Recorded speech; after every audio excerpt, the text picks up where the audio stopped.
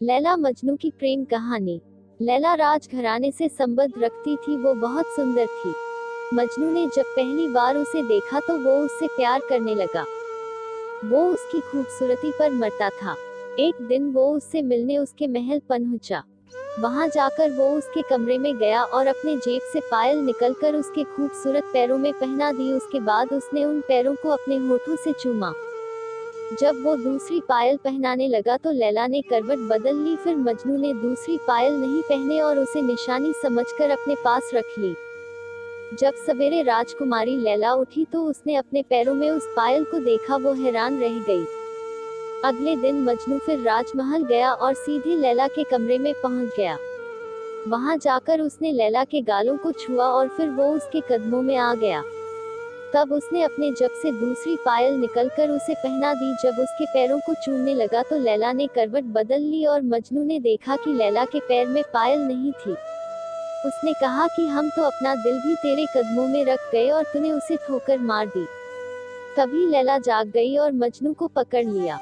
फिर उससे उसके बारे में पूछा। उनकी बातचीत कुछ इस प्रकार थी। लैला, तुम कौन हो? मजनू, आपका सेवक। लैला, तुम रहते कहाँ हो?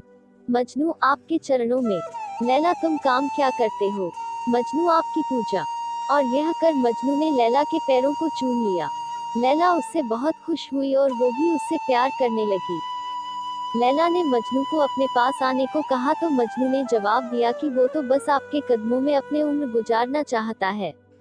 इस प्यार का जब लैला के पिता को पता चला तो वो बहुत नाराज हुए। उन्होंने मजनू को बुलवाया और उससे कहा कि यदि वो चाहे तो वो राजमहल की किसी भी सुंदर से सुंदर दासी को ले जा सकता है। पर लैला को भूलने के बाद मजनू ने उनसे कहा कि राजमहल की सभी दासी लैला के चरणों की धूल के समान भी नहीं है और उसे किसी भी दौलत का लालच नहीं है।